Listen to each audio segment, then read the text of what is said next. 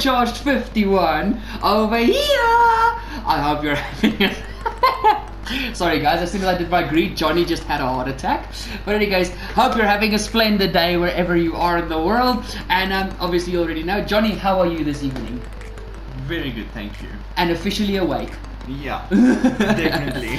Okay guys, we're here for the 2021 Russian Grand Prix. Russian Grand Prix race results. Lewis Hamilton won the race, a very treacherous ending to the race for the last 5 laps. Lewis Hamilton completed the race in 1 hour 30 minutes and 41.001 seconds, banking a full 25 points. Max Verstappen, coming from literally the back of the grid, finished P2, 53 seconds behind Hamilton, but banking 18 points. P3 was Carlos Sainz for Ferrari. P4 was Daniel Ricciardo for McLaren. Valtteri Bottas managed P5 for Mercedes. Alonso P6 for Alpine, with the sad man of the hour Lando Norris in P7, taking fastest lap for the race, so banking an extra point, claiming 7 points for his Drivers' Championship tally. Kimi Raikkonen was in P8 for Alfa Romeo, probably besides Verstappen the standout performance. Sergio Perez was P9 for Red Bull, with George Russell once again scoring points for Williams in P10. Lance Stroll and Sebastian Vettel occupied P11 and P12, with Pierre Gasly P13, Esteban Ocon P14, Charles Leclerc in the second Ferrari in P15, Antonio Giovinazzi in P16 for Alfa Romeo, Yuki Tsunoda P17 for Alfa Tauri. Nikita Mazepin was the final car left of the runners, 2 laps behind the leader for Haas, and your 2 retirements were Nicholas Latifi for Williams and Mick Schumacher for Haas, which I forgot to put in Haas in the what's the word I'm looking for? In the script. Thank you very much, but in any case it doesn't matter. The live Drivers' Championship, guys, at this stage, Nikita Mazepin is in P21 on 0 points. The man who only filled in for Alfa Romeo twice is ahead of Nikita Mazepin in P20, Robert Kubica, also on 0 points. Mick Schumacher is in P19, also on 0 points. The first points scorer in P18 is Antonio Giovinazzi on 1 point. Then we've got Raikkonen in 17th on 6, Nicholas Latifi in 16th on 7 points, George Russell in 15th on 16 points, Yuki Tsunoda in P14 on 18 points, Lance Stroll in P13 on 24 points, Sebastian Vettel in P12 on 35 points, Esteban Ocon in P11 on 45 points, and your first person in the top 10 is Fernando Alonso on 58 points, Pierre Gasly is in P9 on 66 points, Daniel Ricciardo in P8 on 95 points. Charles Leclerc is in P7 on 104 points. Carlos Sainz in P6 on 112.5. Sergio Perez is in P5 on 120 points, with Lando Norris in P4 on 139. Your podium sitters in the Drivers' Championship is Valtteri Bottas in 3rd on 151 points. Max Verstappen is in 2nd place on 244.5. And the man leading the Drivers' Championship with only 2 measly points is Lewis Hamilton on 246.5. Now let's jump straight into the talking points, Jonny. And let's just quickly talk about qualifying before we jump into the race. I mean, obviously we had rain interfering on Saturday, making it a very entertaining quali session, just like back at Belgium. Thank goodness we had a race this time, at least. But I mean, let's just quickly look at the top 3. You had Norris qualifying on pole position from Carlos Sainz in P2 for Ferrari and George Russell in P3 for Williams. Probably, in my personal opinion, the best quali session of the year. Oh yes, definitely. A lot of people are calling this Russian Grand Prix the race of the season. I don't completely agree with that, but when it comes to qualifying, I will say qualifying was probably the qualifying session of the year. Yeah, definitely. That was... I got goosebumps, actually. Yeah, especially with you loving Norris. I'm guessing you love the fact when you put it on pole position. Oh yes, I did. I watched the live quali reaction from WTF1, and Matt Gallagher and Katie Fairman absolutely started to lose their minds as soon as all the drivers started to switch on the soft tires at the end of the session when it was dry enough to go onto the slicks. And I mean, honestly, Red Bull and Mercedes just couldn't get their tires up to temperature, and the midfield teams and Russell in a back market team was able to, but qualifying just was absolutely phenomenal. So do you want to add anything on the insane qualifying that was on the Saturday? I think you covered everything. Okay, 100%. Moving on to topic number 2. fantastic race start with all the action. I mean, you had Carlos Sainz, who actually had a very bad getaway, jumping Norris at the end of the straight into turn 1. You had Hamilton falling from P4 to P7, battling with, who was it, Ricardo and, I can't remember who was the second car, but I remember he fell from P4 to P7. You had Fernando Alonso just giving the stewards a big middle finger, showing them what you can do with their track limits rules, just skipping turn 2 complete. Literally, Fernando podcast, I laughed myself to bits. But there was so much action. I mean, EP.20 to P16, it was an insane first lap and race start. Who was your show out performance of the race start, to be honest? Well, obviously Max. Okay, yeah. From the back to P16, that was... yeah, that was just good. To me personally, it's between Alonso and Leclerc. I mean, Leclerc went from 19th to 14th. And just the fact, I mean, Alonso has really been public about how he feels the FIA are running Formula 1 at this stage. There was even, I think I sent it to you guys over the group, if I didn't, I need to, but he even went publicly with an interview saying that the FIA have different rules for different drivers. Just because it was him cutting turn 2, he didn't get a penalty, but if it was someone like Hamilton or Verstappen, they would have had a slam dunk penalty. He's really vocal about the FIA not running Formula 1 as they should at this stage. And the head of the FIA full Formula 1, Michael Massey, also the race director who basically has the yes and the no saying for all the penalties being given out. So far this season, Michael Massey has been the race director now for 2 years now. And he's not doing a good job, but I actually want to do an entire podcast dedicated to the whole Michael Massey situation. But just, do you have any opinions about the whole Alonso cutting to completely? Because I'm not gonna lie, I was like, oh come on Fernando, here comes a penalty, and there just was never any, and I just enjoyed every second of that. Yeah, I don't know if my memory is mistaken, but I don't even think there was the FIA was talking about a penalty. There wasn't even an investigation. It wasn't even noted as a corner cut. And the thing is, literally post-race, in Alonso's post-race interview, one of the lady interviewers asked Fernando, what is your opinion about your own corner cut of turn 2, because everybody except the FIA is seeing it as a corner cut. And Alonso literally said, I don't care. I didn't get a penalty, so what's the point in talking about it? Yeah. And that's the Alonso that I grew up knowing. Alonso has always been one of those drivers, you need to be fair. And Fernando knows he doesn't have a decade of F1 left in him. He's got at best about 4 years, in my opinion. And he's just, I think what Fernando is doing, as well as Vettel is also not shy about talking about these things. He's just not showing it on track. That's where Fernando takes the extra step. The fact that Alonso is really pursuing the point of making the sport fair again, especially under the very weird running of Michael Massey, I actually want to give Alonso a hand. Yeah. Because his corner cut was met with a lot of controversy, but some drivers need to do that to, I think, need to wake up the FIA. Because, I mean, Alonso went off the track, came onto the track in P3 behind Sainz and Norris. He let Russell and somebody else pass, but just slotted into P5 after starting, I think, P8. And he was just like, okay, let's race. Yeah. So, kudos, Fernando. Heading into topic number 4, because we covered 2 topics in that brilliant section of talking. Now I want to quickly talk about Valtteri Bottas. Obviously, Bottas also started further back thanks to engine penalties. I want to talk about specifically the move that Max made heading into turn 2. No, turn 1 basically, because the real turn 1 is a flat-out kink. Valtteri just let Verstappen pass. And Mercedes made it clear that they after the race, that they let Valtteri take new engine components to try and hinder Max. And Valtteri just literally left the door open. There was no effort to try and keep Max behind. And before the first round of pit stops commenced, Lewis was still stuck, I think, in P5, and Max was in P8 or something, busy chasing him down. Yeah.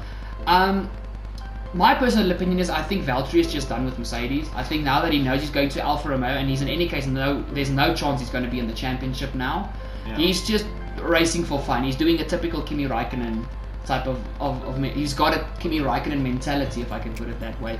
Jonny, what's your opinion on Valtteri just letting Max go? I think that's a bit of a kick to Mercedes. I also think so. It's just another knife in the Mercedes. What should we call it? Mercedes' heart. Yeah. No, I completely agree, and I mean, I would love to have been a fly on the wall in the Mercedes debrief after the race.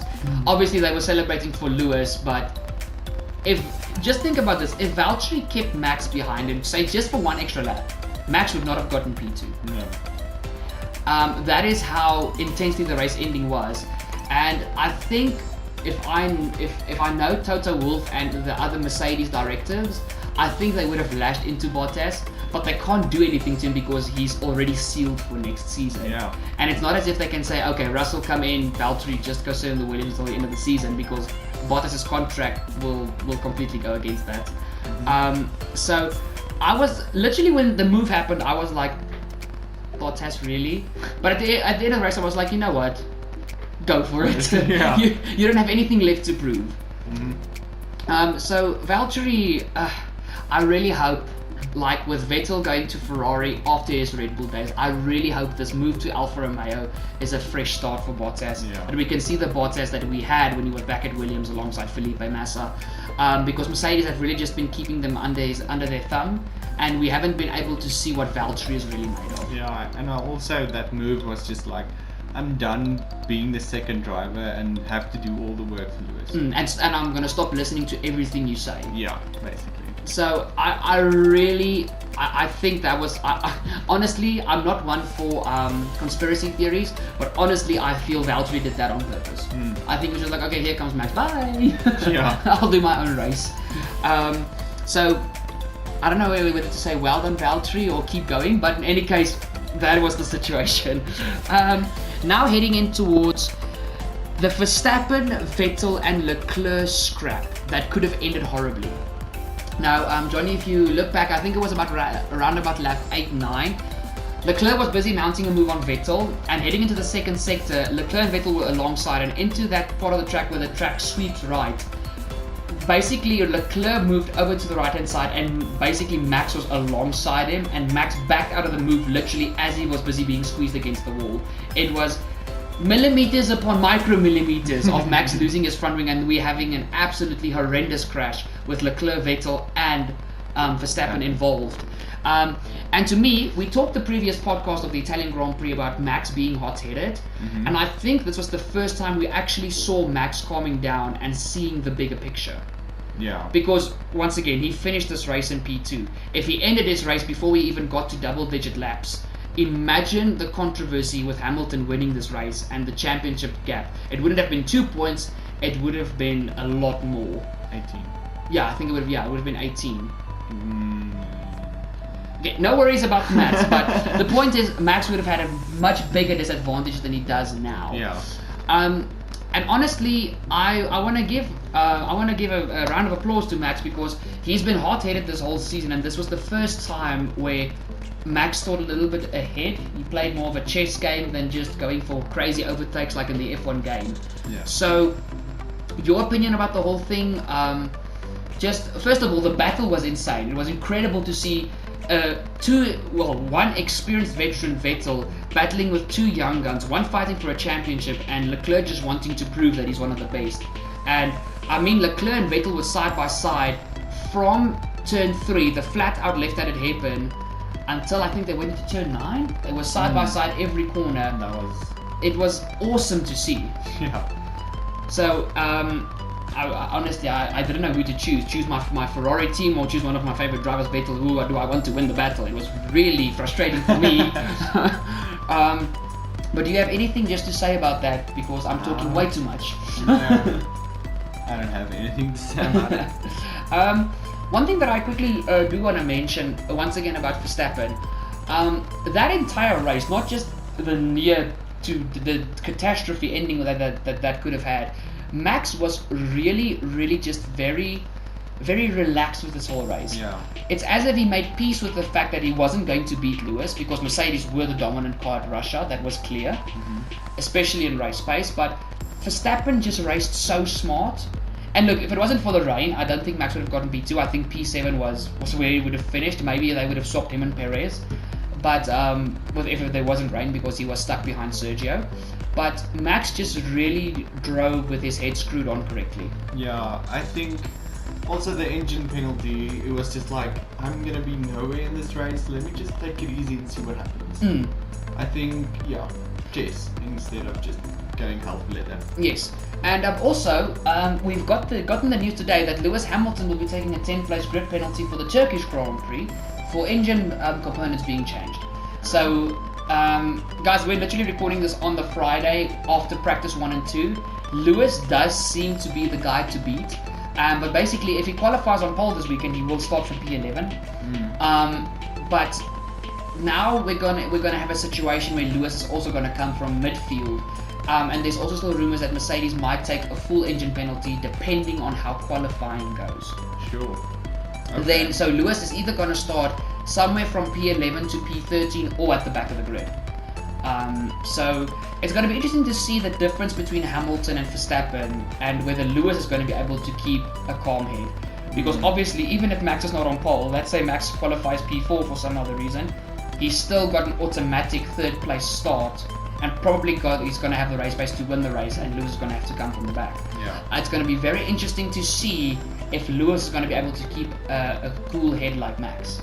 I think Lewis will. He's got the experience.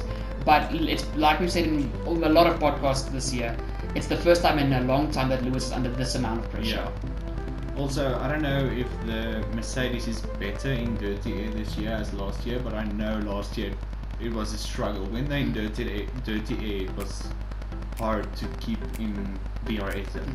But look, we're talking about Lewis Hamilton here. I mean, look back at Imola, the second round of the season, where Lewis went off into the gravel. Okay, look, the red flag did help him, but Lewis came from P11 to still finish P2. So I think just when you have a championship in your head, it's just like, okay, I know the engine is overheating, I know my brakes are overheating, I know everything can go to all hell now, but I need to get forward because this is win or lose for my championship. Yeah. So, and Lewis Hamilton is an absolutely brilliant driver. He's one of the drivers I would choose to come from the back of the grid because he's just that damn good and he makes racing exciting. So I'm very interested to see, even if he just goes from P11, if he wants to get onto the podium, he's got at least 8 positions to make up. So it's going to be interesting to see what Hamilton does. But yeah, on to the next topic. This is going to be so cringy, typical Ferrari fanboy. My heart was so happy when Sainz was leading, but Norris's move for P1 was epic. Now, obviously, I was over the moon with Carlos Sainz taking the lead from Norris at the first corner. But obviously, it was clear that the Mercedes-powered cars had very good pace around Russia, around the Sochi Autodrome. But still, Sainz raced phenomenally to keep Lando behind him. But also, that move that Lando made, even though the TV direction was terrible this weekend again, because we were busy looking at Verstappen driving around behind a bunch of cars, and we had to look at a replay of Norris overtaking Sainz not live. We'll talk about that in a bit. But Norris was on fire this weekend, and honestly, I really wish Lando had won just to get that one win each with him and Ricciardo. Yeah. But the battle between the bromance of Sainz and Norris was fantastic to see, because now it's not just the thing of they need to protect their cars because they're in the same team.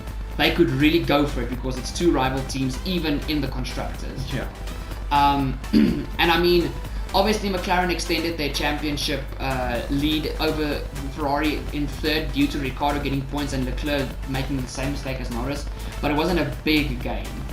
Because Sainz still got P3, Leclerc was out of the points, and Ricciardo was P4 and Norris P7. But yeah, obviously, Jonny, I know you're a big McLaren fan. You obviously love Norris and Ricciardo, the pairing. Yeah. What did you take from the Sainz-Norris battle? Well, there was a point that I thought that Sainz is going to win the race. Oh, really? I thought that Sainz is going to win the race. there was a moment that I thought he would, because he didn't the what you call it, delta time between them each lap wasn't that big. So yeah, I wasn't very happy about the move that Carlos made. When did he make the move? I'm literally in the first corner. First corner, yeah. Then I was just, come on. Anyway, but he made the move. I was happy about that as well. So.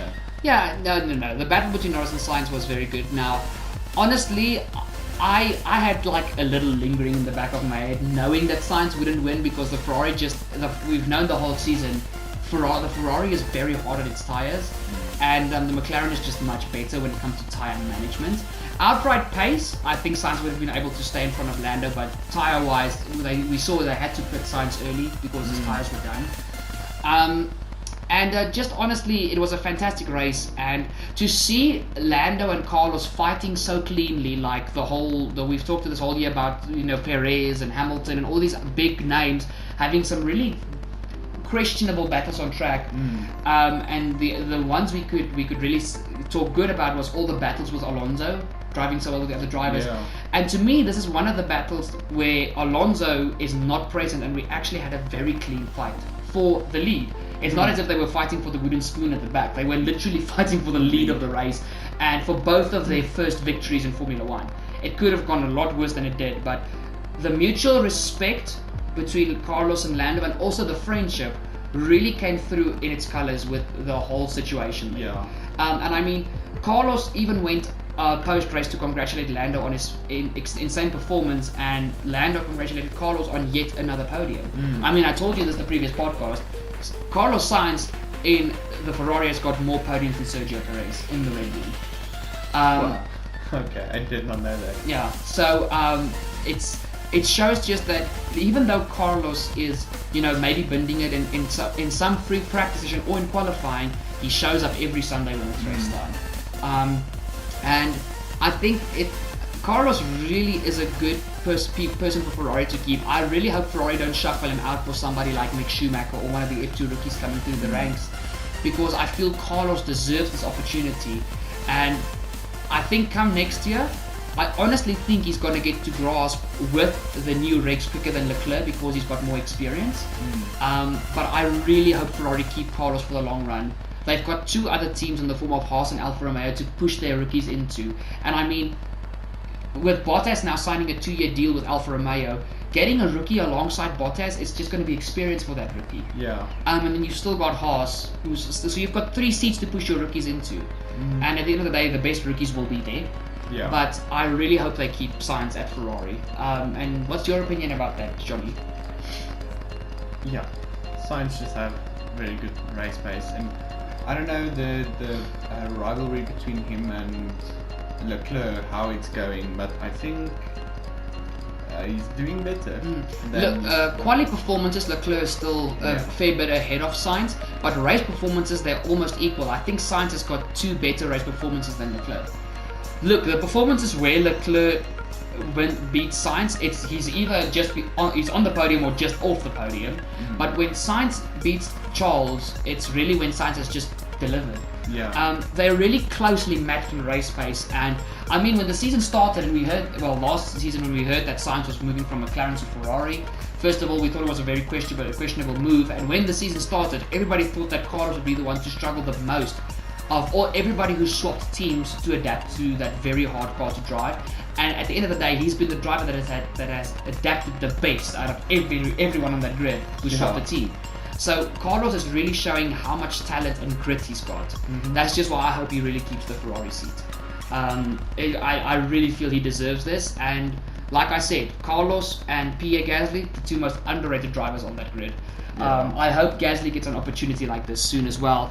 But let's move on before I fanboy about Carlos Sainz even more. Okay. Now, Hamilton, we're talking about Lewis Hamilton now. Hamilton made some pretty incredible moves in this race, and specifically after Alonso's turn 1 yeet. And he made a very, very good move on Alonso heading into T4, as well as the move on Sainz after Norris overtook Sainz and Sainz started struggling on his tyres. Hamilton, even though I know I'm the only person on this Motorsport Lounge group that can actually, have a little bit of respect for Hamilton, but like Bruce had always said, give credit where credit is due. And Hamilton really had a solid race as soon as he got used to the track conditions and just started settling into his race pace. Yeah. He made some phenomenal moves. I know the move on Fernando, that turn 3 hairpin, which is flat out all the way, even in race pace. He was on the outside, heading into T4, made an inside dive, went slightly wide. Alonso came back to the inside for the next corner, but Hamilton just maintained his track position and just parked the car in the next corner's apex. It was a beautiful, beautiful sequence of moves. I think when Hamilton realized he was behind Alonso, he's like, oh, here we go again, Hungary 2.0. But luckily, Russia's a lot easier to overtake than in Hungary. But just Lewis made some fantastic moves this race. Yeah. And even though I feel Lando deserved to win, next to Lando, Lewis gave the performance to deserve to win that race. Yes, he did. Well, we couldn't count out Carlos Sainz. Yeah. I wouldn't count him out. I just think if the Ferrari was easy on its tyres, I think Sainz would have been even when Lando overtook him, if he was easy on his tyres, I think he would have stuck with Lando that entire race. Norris, Sainz and Hamilton battle for the win. I want to see that. Okay. You're doing stuff to me you're not supposed to, Jonny. But yeah, I just quickly wanted to mention that. One thing that I just want to mention,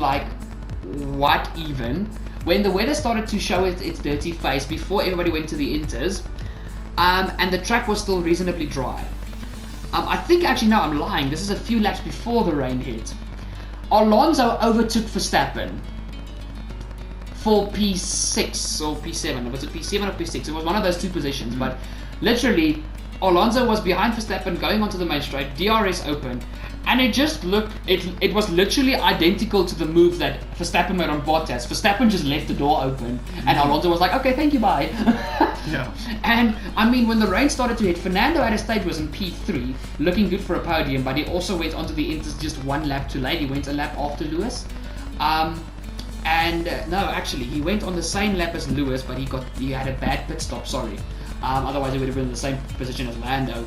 But Alonso had a fantastic race, even with his controversial turn 1 and 2. Alonso really had a good race. The battles with Hamilton, the battles with Perez, with Russell, and just, once again, Alonso doing Alonso things. Fernando had an awesome race. And honestly, I kind of jumped through the roof when I saw the move. I was like, wait a minute. Alpine, Red Bull, this does not make sense. Yeah. And he flew past Max.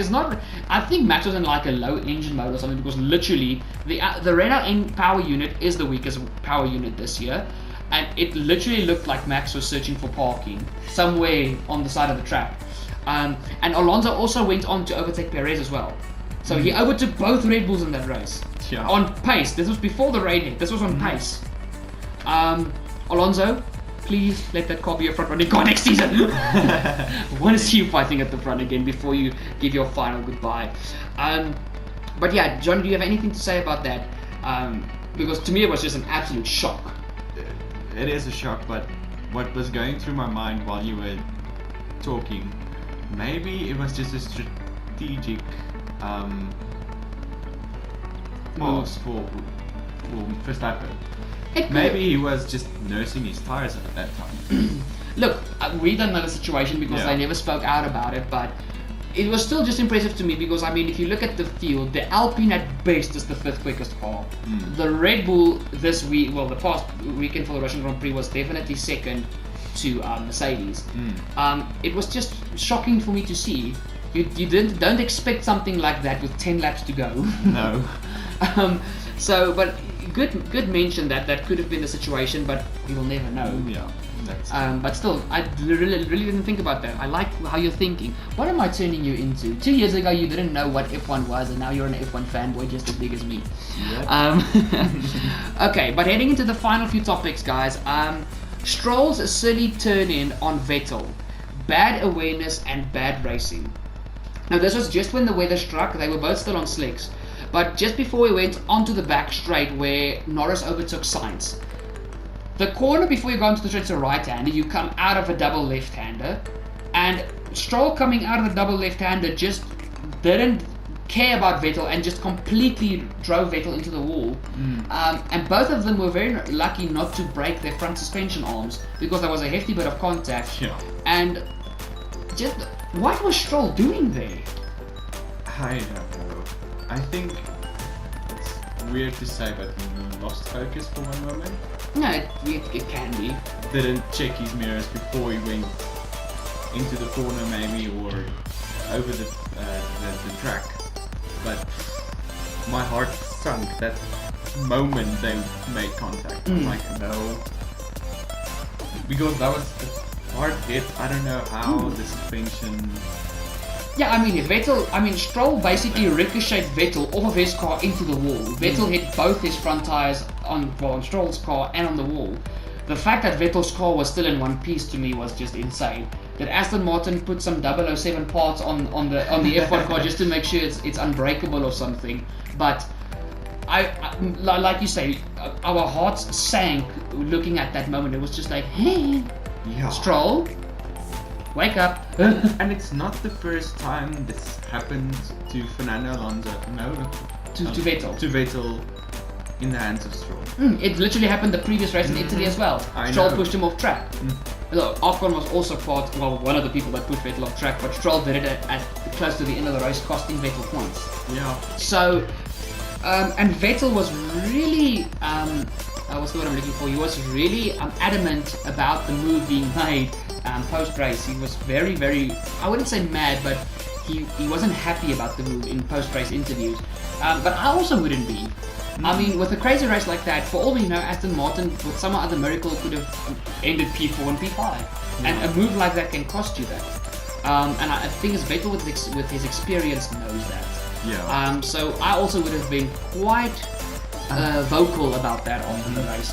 But I think Aston Martin really need to, have a sit down and talk with Stroll, because this can't keep happening. It's been 2 races in a row now, and if it happens again, it can end a lot worse. Yeah.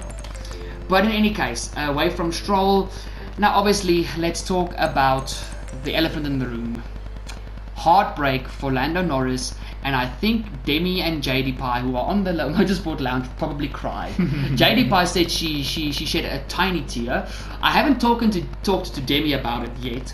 She's been very busy recently, but they are die-hard Lando Norris fans, and to see Lando just going straight on at the 5th corner and Hamilton just going for the corner, I think even if you're not a Lando Norris fan and you watch that race, I think everybody's heart just sank, because we know what a nice guy Lando is. Even if you're not a fan of his, Lando deserved to win that race. Yeah. Jonny is just I don't want to think about this now. It's too fresh in my mind. I'm lost for words. That's all I'm gonna say. I can't say anything about it. I was so sad. No. Like I said, I think a lot of the F1 community was sad. But going into the next point, let's talk about it quickly. Norris and Leclerc made the same mistake. Staying out on the slicks. Now, one thing that I quickly want to talk about, Jonny, because you've got a really good head when it comes to situations like this. I don't feel Lando threw his own race away. I mean, we talked about it briefly out of podcast context, that this was for the win of the race. It was for Lando's first win. He's under pressure from a 7-time world champion, and the driver is, at the end of the day, the guy that needs to make the call when the conditions start to change. And I mean, literally, the previous lap, that part of the track where Lando went off, there wasn't any spray, it was dry. And the next lap, it looked like a monsoon had fallen upon the track. And yes, everybody can say as much as they want, but McLaren should have forced the move, should have forced the pit stop, because they have the radar. Yeah. But at the end of the day, it's the driver's call, because he's the one on track, feeling the conditions, feeling how the car reacts on track. Yeah, but also the track wasn't wet everywhere. Yeah, it was literally wet in that section when Lando went off.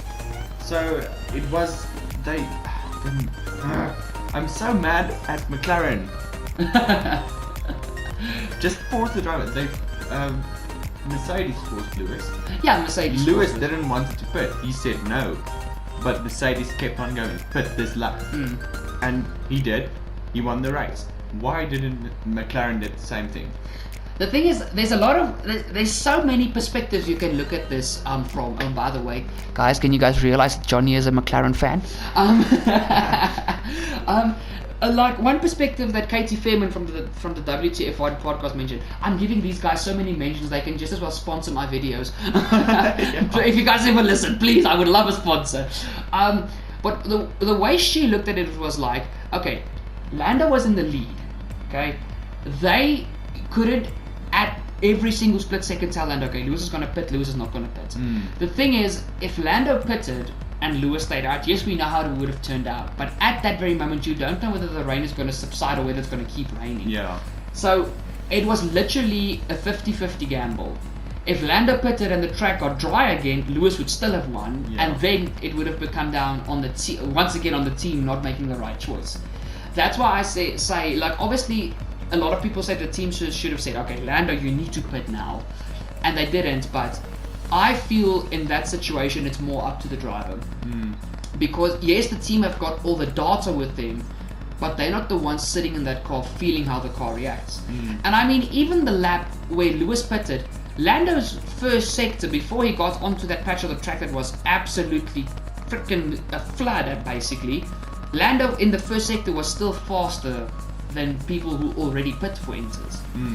It was literally as soon as the second sector started, it's where that part of the track is where it was just absolutely knackered with water. And obviously the lap after that, that's when most of the track was wet. And obviously, no matter if Lando even pitted the next lap after Lewis, he still would have come out behind Lewis, because the part of the track that was wet, Lewis took something like 6 seconds out of him, which basically mitigated the pit stop. But it's really, I don't feel you can really blame this on anybody. It was just an unfortunate circumstance where the wrong decisions were made. I mean, this could have happened to any team, and it happened to Leclerc. Brad also said Charles pit, and Charles was running close to the top 5. And he just said, no, stay out, the track is fine. And he made the same mistake. Charles Leclerc ended up P15. Lando, I know you can't compare a win to P7, but he still got points. So the thing is, the main thing I want to come to is we can't blame anybody. It was really just very tricky conditions that came really quick, and it just turned out really unfortunate for Lando, and it worked out for Mercedes. So just, Jonny, you're allowed to differ from me, but I just don't feel blame should be shifted between team and driver. I just feel it was unfortunate. It was maybe unfortunate, but I didn't watch the onboard of that lap, so I couldn't hear what information the team gave to Norris. But maybe if the team gave him a bit more information about that part of the track where the rain was heavy, he could have maybe made a better choice. But like you said, you can't really give blame to anyone. It was just unfortunate. Yeah, and I mean, like we said, the conditions changed so quickly. It was literally within a lap and a half, and the track was just overflowing with water. The rain came very sudden. And I mean, even when you look at, you don't have to be a racing fan to know that, but even if you look at normal conditions when it goes from dry and it starts raining anywhere in the world, it usually starts soft. It's not, 9 times out of 10 it would slowly start raining, and then as the rain goes on, get a lot wetter. This was instant cats and dogs. So that's why I say it was really just, it came too quickly for the team to make a decisive choice, if I can put it that way. Because like you said, not the entire track was wet. Lando thought the dry party would have enough time in his back pocket to finish ahead of Lewis, and it just literally within 90 seconds the entire track was just wet. So yeah, it's a very hard thing to talk about, but I just personally feel you can't shift blame between team and driver. That was just a very unfortunate situation. But yeah, any last thing to say about that, Jonny? Or can no, if I go on, we're gonna sit here for until midnight. Okay, now guys, obviously once again, I'm the one person on the group that doesn't dislike Hamilton, but this is something that needs a congratulations. Congratulations, Lewis Hamilton, for being the first ever driver in Formula 1 to have 100 race wins. That's massive. Even if you hate Hamilton, that's just very impressive. As Arava put it, it's a monumental achievement. He Yeah. literally wrote on Twitter that's a monumental achievement. And it's a fact. You don't have to like Lewis, you don't have to like British racing drivers, you don't even have to like Formula One.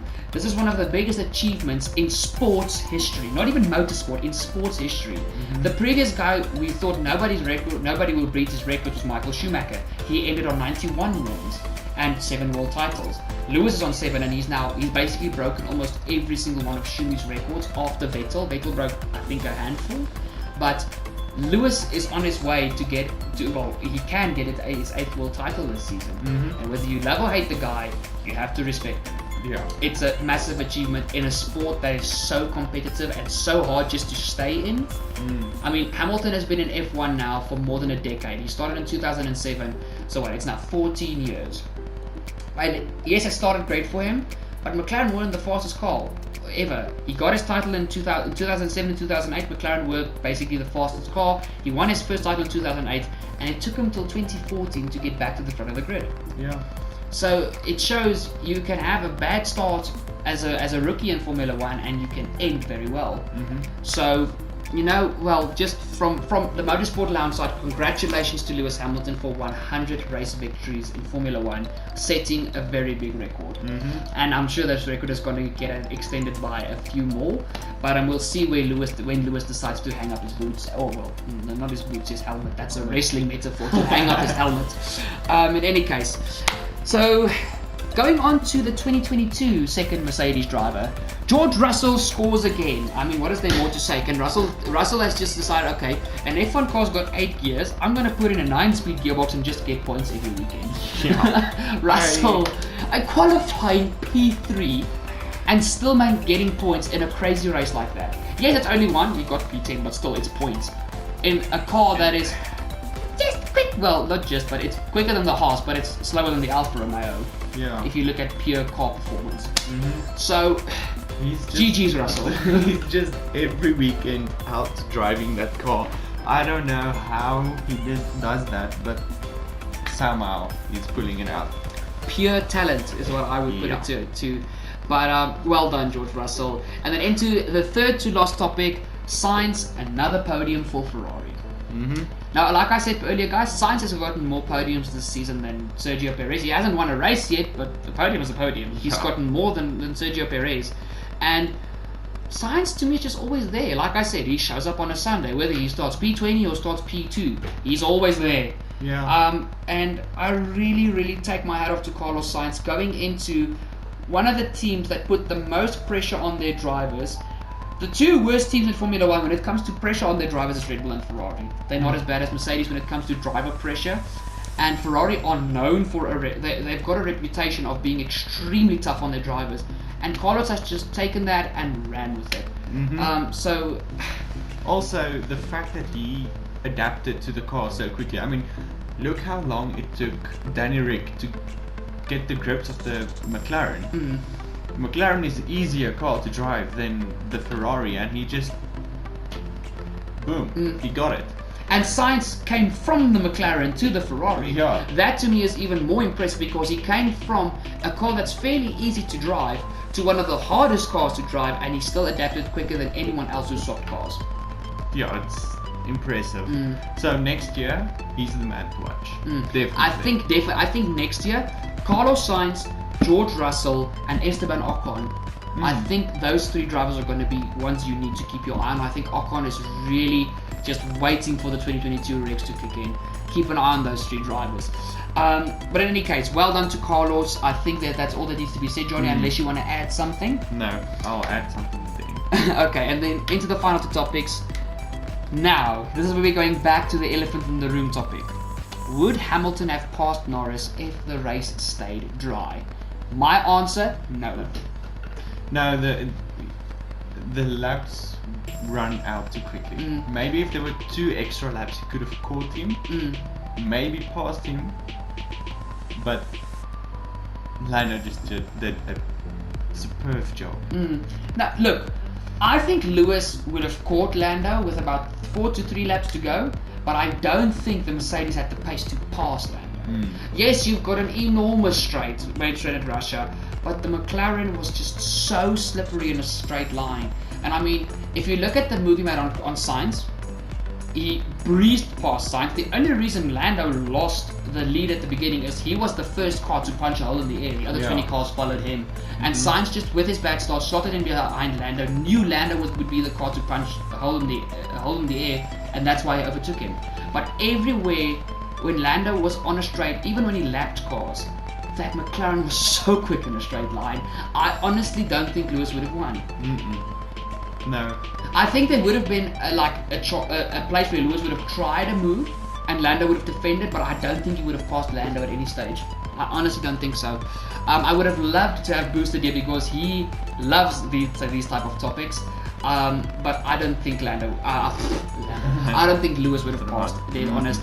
Even though Lewis is fantastic, I just think the McLaren had enough pace to keep the Mercedes behind. I mean, if Norris did the same that Fernando did to Lewis a few races back, that would have been amazing to watch. Oh yes, most definitely. Lando Lewis, the two L's going to war. But yeah, I agree with Johnny. To see that is fantastic. And I mean, Lewis said it at the Austrian Grand Prix that Lando, we know that team radio, Lando is a fantastic driver. So Lewis has got a lot of respect for Lando. And I think the weather robbed us of a very good race-ending battle. But I don't think Lewis would have passed. I know I'm repeating myself like a broken record, but I don't think he would have passed. No. So that's that. And then the final topic, obviously we've already answered this, but I want a definitive answer from both of us. And Johnny, you can answer it first. Did Norris deserve to win? Oh yes, no doubt in my mind. Paul, I think it was Paul for the first time. Yes, he got his first pole position. First pole position on a tricky qualifying. I mean, he just deserved to win, and the pace. He was just on pace. Unfortunately, the rain came and hindered everything, but he deserved to win. And the same from me. I also think Lando was a driver that deserved to win. Like you said, qualifying on pole position. Yes, losing the lead to Sainz, but gaining it back, I think it was before lap 15, and just doing a very good job at maintaining the lead, being consistent with your pace lap after lap. Perfect pit stop strategy. Lando had it in his back pocket. Yes, Lewis was closing in, but like we said, you don't think Lewis would have passed him. And yes, I honestly feel if the rain subsided, Lando would have won and he deserved to win. Oh yes. But guys, that has been the talking points for the Russian Grand Prix, and let's head into